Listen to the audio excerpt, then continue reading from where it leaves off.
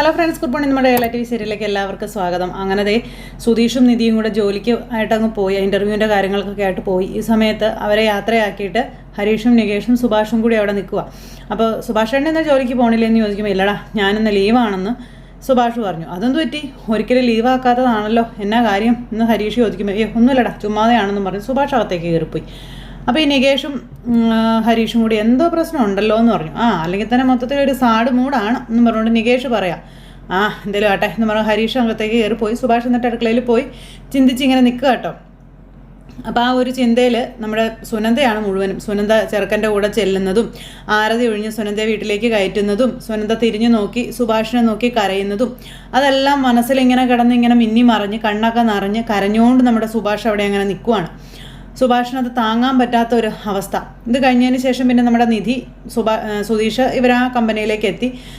നമ്മുടെ നിധിയാണെങ്കിൽ വണ്ടിയിൽ നിന്ന് ഇറങ്ങി അങ്ങ് പോകുമ്പോഴത്തേക്കും സുധീഷ് വണ്ടിയിൽ തന്നെ ഇരിക്കുവാണ്. അപ്പോഴത്തേക്കും ഗ്ലാസ്സൊക്കെ കയറ്റിയിട്ടപ്പോഴത്തേക്കും നിധി തിരിച്ചു വന്നു.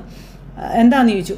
അതെ, അന്ന് കാത്തു നിന്നതുപോലെ ഇന്ന് കാത്തു നിൽക്കണ്ട കേട്ടോ എന്ന് പറഞ്ഞു. നിധിയെ പൊയ്ക്കോളാനും പറഞ്ഞു. അന്നേരം എൻ്റെ പൊന്നു നിധി, ഇൻ്റർവ്യൂവിന് പോകുമ്പോഴേ അതിൻ്റെ കാര്യങ്ങൾ ആലോചിക്കാൻ പറഞ്ഞു നിധിയോട് സുധീഷ്. അല്ലാണ്ട് പുറത്ത് ഞാനിവിടെ വേവലാതിയോടുകൂടി നിൽക്കുന്നുണ്ടോ എന്ന് വിഷമിച്ച് പോയാലേ അവിടെ ചിലപ്പോൾ കോൺസെൻട്രേറ്റ് ചെയ്യാൻ പറ്റത്തില്ല, അതുകൊണ്ട് പറഞ്ഞതേ ഉള്ളൂ കേട്ടോ. അന്നേരം ഹലോ, എനിക്ക് അങ്ങനെയുള്ള ഒരു വേവലാതി ഇല്ല എന്ന് നിധി സുധീഷിനോട് പറയാം.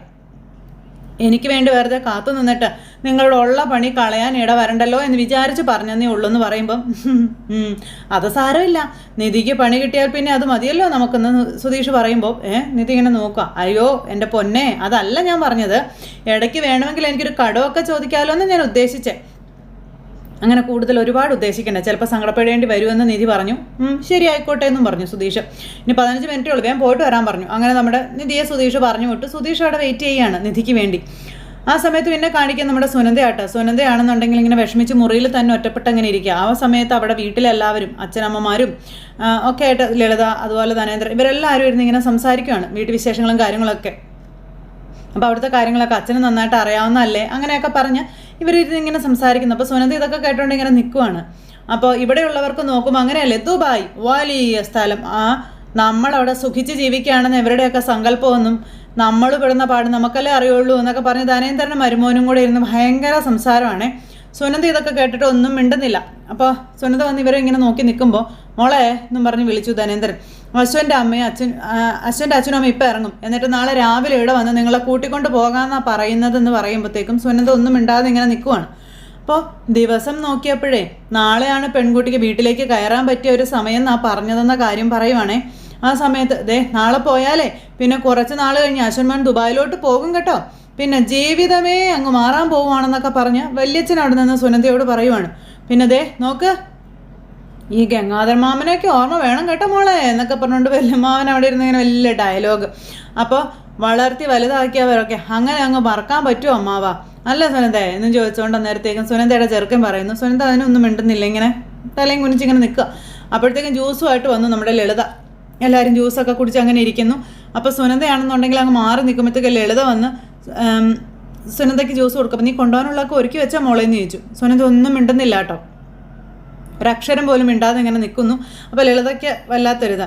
ആദ്യം പെൺമക്കളെ കെട്ടിച്ചയക്കണം, പക്ഷേ ഇവളിവിടുന്ന് പോകുന്നു എന്ന് ഓർക്കുമ്പോൾ സഹിക്കാൻ പറ്റുന്നില്ലെന്ന് പറഞ്ഞുകൊണ്ട് ലളിത ഭയങ്കര കരച്ചിൽ, ഉള്ളിലൊരു വിങ്ങലാണെന്നും പറഞ്ഞു. അയ്യോ ഇപ്പോഴേ നീ ഇങ്ങനെ കരയല്ലേ എൻ്റെ ലളിതേ, നാളെ ഇവരും കൂടി ഇവിടുന്ന് ഇറങ്ങുമ്പോൾ കരയണ്ടേ, ഒരു ശകലം ബാക്കി വെച്ചേക്ക് ലളിതേ എന്നും പറഞ്ഞുകൊണ്ട് ധനേന്ദ്രൻ ഇങ്ങനെ ഇതാക്കി പറയുക. അപ്പം അമ്മമാർക്ക് കരച്ചിലൊക്കെ ഉണ്ടാക്കും, അത് സ്വാഭാവികമാണെന്ന് മരുമകൻ്റെ അമ്മ പറയുന്നു.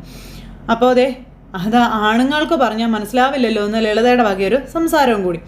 അങ്ങനെ ഇവരെല്ലാം വിശേഷമൊക്കെ പറഞ്ഞ് ജ്യൂസൊക്കെ കുടിച്ചുകൊണ്ടിരിക്കുക. ലളിത തൻ്റെ ഉള്ളിലെ സങ്കടങ്ങളൊക്കെ പറയുന്നു, മകൾ പോകുന്നതിനെ പറ്റിയൊക്കെ. ഇതിനൊന്നും കേട്ടിട്ട് ഒരു അക്ഷരം പോലും മിണ്ടാത്ത സുനന്ദ ഇങ്ങനെ അവിടെ നിൽക്കുവാണ്. ആ സമയം ഞാനിന്ന് പുറത്ത് പോയിട്ട് വരട്ടെ എന്ന് നമ്മുടെ സുനന്ദ പറയുമ്പോഴേക്കും ധനേന്ദ്രനൊക്കെ ഇങ്ങനെ നോക്കുന്നു. പുറത്ത് പോകാൻ എന്തിനാണെന്ന് ചോദിച്ചു ലളിത. ഭാസ്കരമാമയുടെ വീട്ടിലൊന്ന് പോകണമെന്ന് സുനന്ദ പറയുവാണേ. അപ്പോഴത്തേക്ക് ഇവരുടെ കൈയും കാലും വിറയ്ക്കാൻ തുടങ്ങി. ഈശ്വരാ എന്തിനാണോ ആവുമെന്ന്.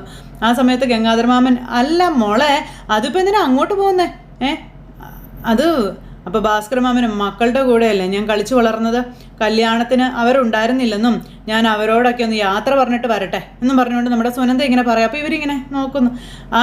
അതിൻ്റെ ഒന്നും ആവശ്യമില്ല എന്ന് ധനേന്ദ്രൻ പറഞ്ഞപ്പം അതെ നീ അങ്ങനെ കല്യാണം കഴിഞ്ഞ പെണ്ണുങ്ങൾ അങ്ങനെ ഒറ്റയ്ക്ക് വന്ന് ശരിയല്ല മോനെ എന്നും പറഞ്ഞുകൊണ്ട് ഈ ഗംഗാധര മാമനും പറയാം, ഇനി എന്നാ തിരിച്ചു വരാമെന്നൊന്നും എനിക്കറിയില്ല, വന്നാൽ തന്നെ അങ്ങോട്ട് പോകാനും സാധ്യതയൊന്നും ഇല്ല എന്നുള്ള കാര്യവും സുനന്ദ പറയുകയാണ്. അപ്പോഴും ഇവരെല്ലാവരും ഇങ്ങനെ നോക്കിയിരിക്കട്ടെ, ഞാൻ ഒന്ന് പോയി യാത്ര പറഞ്ഞിട്ട് വരട്ടെ അശ്വൻ, പ്ലീസ് അശ്വൻ എന്നും പറഞ്ഞു ഇങ്ങനെ സുനന്ദ പറയുമ്പോൾ, അതിനെന്താ, ഒപ്പം കളിച്ചു വളർന്നവരോട് യാത്ര പറയുന്നതിലൊരു മര്യാദയൊക്കെ ഇല്ലേ, മോള് നീ പോയിട്ട് വരാൻ പറഞ്ഞു. അപ്പോൾ മോളെ എന്നും പറഞ്ഞുകൊണ്ട് ഇങ്ങനെ ലളിത വിളിക്കാം.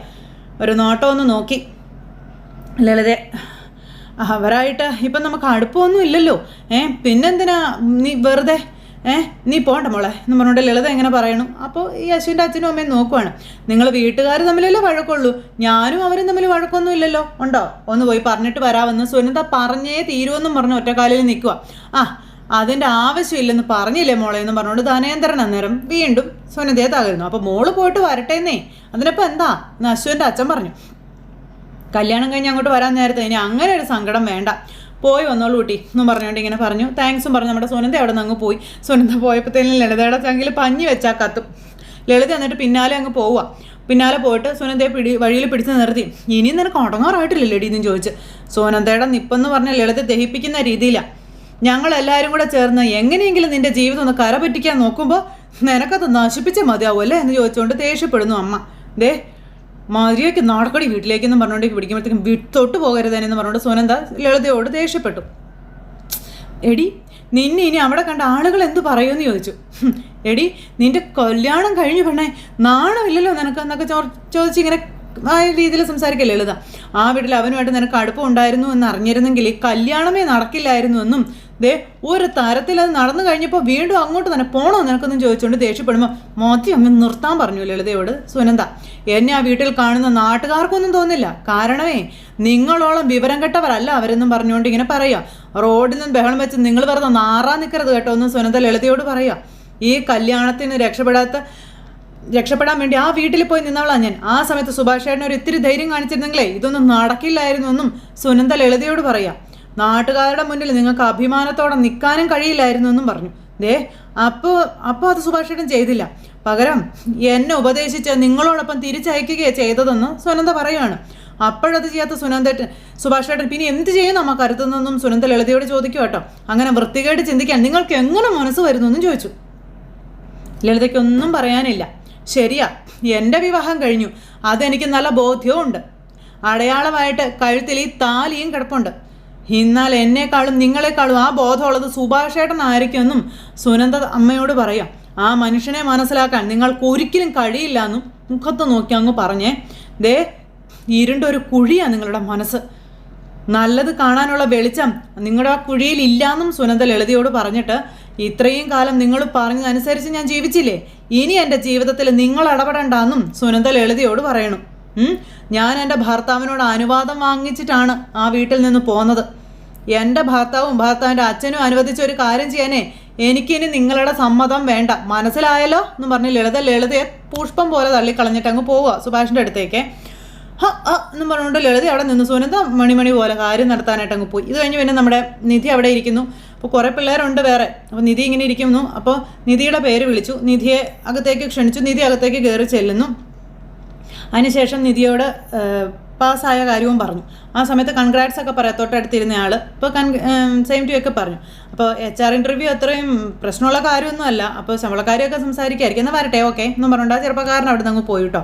ആ ചെറുപ്പക്കാരൻ അങ്ങ് പോയി കഴിഞ്ഞപ്പോൾ പിന്നെ കാണിക്കുന്ന നമ്മുടെ സുധീഷാണെന്നുണ്ടെങ്കിൽ പുറത്തിങ്ങനെ വെയിറ്റ് ചെയ്ത് നിൽക്കുന്നു. അപ്പോൾ നിധി ഇറങ്ങി വരുന്നു. നിധി ഇറങ്ങി വന്നപ്പോൾ സുധീഷ് അവിടെ നിൽക്കുക. വരുന്നുണ്ട് നോക്കട്ടെ, എന്നെ നോക്കുമെന്നൊന്നും അറിയണമല്ലോ എന്നും പറഞ്ഞുകൊണ്ട് നമ്മുടെ സുധീഷ് അവിടെ നിൽക്കുക, വലിയ ചിരിയൊക്കെ ചിരിച്ച്. ആ സമയത്ത് നമ്മുടെ നിധി ഫോൺ എടുത്ത് വിളിക്കുകയാണ്. വിളിക്കുന്നത് വേറെ ആരെയല്ല, സുധീഷിനെ.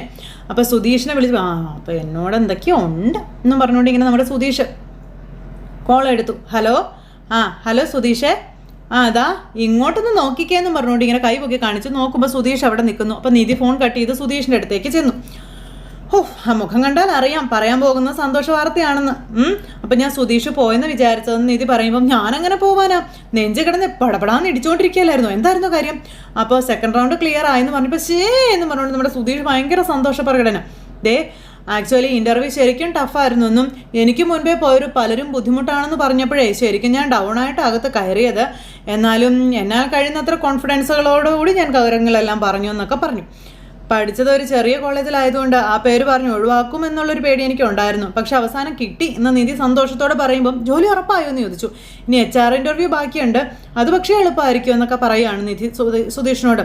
അപ്പോൾ പാക്കേജിനെ പറ്റി മറ്റു കാര്യങ്ങളൊക്കെ സംസാരിക്കാനാണെന്നാണ് പറഞ്ഞത്. എന്തായാലും 99.5% ജോലി കിട്ടിയതുപോലെ തന്നെയാണെന്നൊക്കെ പറഞ്ഞപ്പോഴത്തേക്കും സുധീഷ് നിധിയെ കെട്ടിപ്പിടിക്കാൻ നോക്കും. അപ്പോഴത്തേക്കും എന്നെ കാണിക്കുന്നതെന്ന് ചോദിച്ചാൽ നിധി പുറകോട്ട് തിരിഞ്ഞു വലിഞ്ഞു. അപ്പോൾ അയ്യോ അല്ല, ഇതൊരു ജസ്റ്റ് ഒരു ഫ്രണ്ട്ലി ഹഗ്ഗായിട്ട് കണ്ടാൽ മതി എന്ന് പറയുമ്പോൾ നിധി ഇങ്ങനെ നോക്കുക കേട്ടോ സുധീഷിനെ. അയ്യോ, ഈ കോളേജിലെ ഫ്രണ്ട്സ്, ഓഫീസിലെ സുഹൃത്തുക്കളൊക്കെ സന്തോഷം കാണിക്കാൻ വേണ്ടി ചെയ്യില്ലേ, അങ്ങനെ ഒരു ഫ്രണ്ട്ലി അത് മതിയെന്ന് പറഞ്ഞു. അപ്പോൾ നിധി എന്ന് പറഞ്ഞ് നോക്കുക. ഈ വേറൊരർത്ഥം അതിനെ കാണണ്ടെന്ന് പറഞ്ഞു. എന്ന് പറഞ്ഞപ്പോഴത്തേക്കും സുധീഷ് നമ്മുടെ നിധി ഇങ്ങനെ ചേർത്ത് ഇങ്ങനെ പിടിച്ചു. നമുക്ക് പോവാമെന്ന് പറഞ്ഞു. പോവാം എന്ന് പറഞ്ഞ് സുധീഷ് വണ്ടിയെ കയറി. സുധീഷിന് ഭയങ്കര സന്തോഷമായിട്ടോ. കുറേശ്ശെ തനിക്ക് അവളെ സ്വന്തമായി കിട്ടുന്നു എന്നുള്ളൊരു തോന്നൽ സുധീഷിൻ്റെ ഉള്ളിൽ.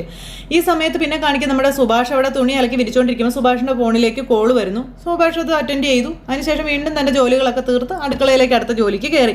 അപ്പോഴാണ് സുഭാഷ് ഏട്ടാന്ന് പറഞ്ഞൊരു വിളി പുറകിൽ നിന്ന് കേൾക്കുന്നത്. നോക്കുമ്പോൾ ആരാ, നമ്മുടെ സുനന്ദ വന്നിങ്ങനെ നിൽക്കുന്നു. അത് കണ്ടപ്പോൾ സുഭാഷ് ഞെട്ടിപ്പോയിട്ടോ. സുനന്ദ കയറി വന്ന് സുഭാഷിനെ തന്നെ ഇങ്ങനെ നോക്കുക. സുഭാഷിനെ എന്ത് പറയണമെന്ന് അറിയില്ല. സുഭാഷ് എന്നിട്ട് ഇങ്ങനെ വല്ലാത്തൊരിതിൽ നിൽക്കുമ്പം സംശയിക്കേണ്ട, എൻ്റെ കല്യാണം കഴിഞ്ഞു എന്ന് സുനന്ദ പറയുവാണ്. ഇതാന്നും പറഞ്ഞ് താലിയും കാണിച്ചു കൊടുത്തു. അന്നേരം അയ്യോ, ഞാൻ അങ്ങനെ ഒന്നും വിചാരിച്ചതല്ല കേട്ടോ, പെട്ടെന്ന് നിന്നെ ഇവിടെ കണ്ടപ്പോൾ ഒന്ന് വല്ലാണ്ടായി പോയതാ. അല്ല, എന്താ ഈ സമയത്ത് ഇങ്ങോട്ട്? ഇപ്പം നാളെ ഞാനും അശ്വിനും അങ്ങോട്ടേക്ക് പോകുമെന്നും ഞങ്ങളെ കൊണ്ടുപോകാൻ അശ്വൻ്റെ വീട്ടിൽ നിന്ന് ആൾക്കാർ വരും. പോകുന്നതിന് മുൻപ് സുഭാഷ് ഏട്ടനെ വന്നൊന്ന് കാണണമെന്ന് തോന്നി എന്ന് സുനന്ദ പറയാം. അപ്പം സുഭാഷ് ഒന്ന് ചിരിച്ചു. ഇനി ഇങ്ങനെ അടുക്കളവാതിൽ വഴി ഇടയ്ക്കിടയ്ക്ക് ഓടി വരാൻ കഴിയില്ലല്ലോ എന്നും സുനന്ദ ഇങ്ങനെ സുഭാഷിനോട് പറയുക കേട്ടോ. അപ്പോഴത്തേക്കും നമ്മുടെ നികേഷ് വരുന്നു. പാട്ടൊക്കെ പാടി നികേഷ് വരുമ്പം നീ എന്താ അവരോട് പറയാതെയാണോ വന്നതെന്ന് സുഭാഷ് ചോദിക്കുക. ഇല്ല, ഇനി അറിയുമ്പോൾ ഞാൻ ഇങ്ങോട്ട് വരുന്നതെന്ന് പറഞ്ഞിട്ട് തന്നെയാണ് ഞാൻ ഇങ്ങോട്ടേക്ക് പോകുന്നതെന്നുള്ള കാര്യം സുനന്ദ സുഭാഷിനോട് പറയാം കേട്ടോ. അപ്പോഴത്തേക്കും നമ്മുടെ നികേഷ് വന്ന് കയറി. അപ്പോൾ അടുക്കളയിൽ നിന്ന് ചെറിയൊരു അശരീരി. അപ്പോൾ നോക്കുമ്പോൾ ആരാ, ഇവർ രണ്ടുപേരും കൂടെ സംസാരിക്കുന്നു. എന്നും പറഞ്ഞുകൊണ്ട് നികേഷ് ഇങ്ങനെ നിൽക്കുക. ആ സമയത്ത് സുഭാഷ് ഏട്ടൻ എന്തെങ്കിലും പറയാനുണ്ടോ എന്ന് സുനന്ദ സുഭാഷിനോട് ചോദിച്ചു. ഇനി നമ്മൾ കാണില്ല എന്നൊക്കെ സുനന്ദ ഇങ്ങനെ സുഭാഷിനോട് പറയും കേട്ടോ. സുഭാഷ് നേരത്തേക്കും സങ്കടമായിട്ട് കരയാൻ പാകത്തിന് ഇങ്ങനെ നിൽക്കും. അപ്പോൾ നികേഷിന് ദേഷ്യം വന്നേ.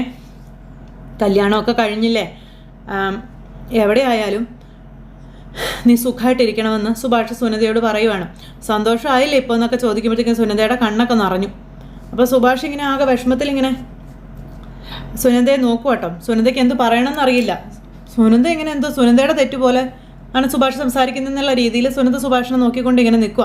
അപ്പോൾ സുനന്ദയ്ക്ക് ഒരൊറ്റ ശ്വാസത്തിൽ പൊട്ടിക്കരയാനാണ് തോന്നിയത്. സുനന്ദ അങ്ങനെ കരയുന്നു. അപ്പോഴത്തേക്കും നമ്മുടെ നികേഷ് അവിടെ നിന്ന് അങ്ങോട്ടേക്ക് പോയി. സമയം പിന്നെ കാണിക്കുന്നതെന്ന് പറഞ്ഞിട്ടുണ്ടെങ്കിൽ സുധീഷും നിധിയും കൂടെ ഇങ്ങനെ വരുന്നു. ഈ സമയത്ത് സുധീഷിൻ്റെ ഫോണിലേക്ക് നികേഷ് വിളിച്ചു. അപ്പോൾ നികേഷ് ആണെന്ന് പറഞ്ഞ് കോൾ എടുത്തു. എന്താ കാര്യം എന്ന് ചോദിച്ചു. അതെ, ഇവിടെ സുനന്ദ വന്ന് സുഭാഷേട്ടനുമായിട്ട് സംസാരിച്ചുകൊണ്ടിരിക്കുക, അത് പറയാനാണ് ഞാൻ വിളിച്ചതെന്ന് പറഞ്ഞു. ആദ്യം സീനെന്നാണ് പറഞ്ഞത്. അപ്പോൾ എന്ത് സീനാണെന്ന് ചോദിച്ചപ്പം സുഭാഷും സുനന്ദയും കൂടെ സംസാരിക്കുന്ന കാര്യം പറഞ്ഞു. സുനന്ദയോ? അത് എൻ്റെ സുധീഷ് ഏട്ടാ, അവൾ സുഭാഷ് ഏട്ടനും അടുക്കളയിൽ നിന്ന് സംസാരിച്ചുകൊണ്ടിരിക്കാമെന്ന് പറയുമ്പം എടാ അതെന്തിനാണെന്ന് ചോദിച്ചു.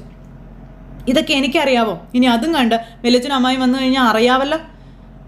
എൻ്റെ ദൈവമേ, എന്തൊക്കെ നടക്കുന്നു എനിക്കറിയില്ലെന്ന് പറഞ്ഞുകൊണ്ട് ഇവർ തമ്മിൽ സംസാരിച്ച് ആകെ ടെൻഷൻ അടിച്ച് നിൽക്കുന്നു. പക്ഷേ സുനന്ദ അവരോട് പറഞ്ഞിട്ടാണ് വന്നത് എന്നുള്ള കാര്യം സുഭാഷിനോട് സുനന്ദ പറയുന്നത് നികേഷ് കേട്ടില്ല. അതിനുശേഷമാണ് നികേഷ് അങ്ങോട്ടേക്ക് വരുന്നത്. അപ്പോൾ അടുത്ത ഭൂകമ്പം ഉണ്ടാകുമെന്നുള്ളൊരു പേടിയും കാര്യങ്ങളുമായിട്ട് ഇവരിങ്ങനെ നിൽക്കുന്നിടത്ത് ഇന്നത്തെ കഥ അവസാനിച്ചു. അപ്പോൾ എല്ലാവരും കാത്തിരുന്ന് കാണണം കേട്ടോ. എല്ലാവർക്കും നല്ലൊരു ദിവസം ആശംസിക്കുകയാണ്. എല്ലാവരും തരുന്ന സപ്പോർട്ടിനും സ്നേഹത്തിനും ഒത്തിരി നന്ദി ഹൃദയത്തിൻ്റെ ഭാഷയിൽ അറിയിക്കുന്നു. അടുത്ത സൂപ്പർ ഹിറ്റ് കഥയുമായി കാണുന്നത് വരെ എല്ലാവർക്കും tata, see again, take care, bye by.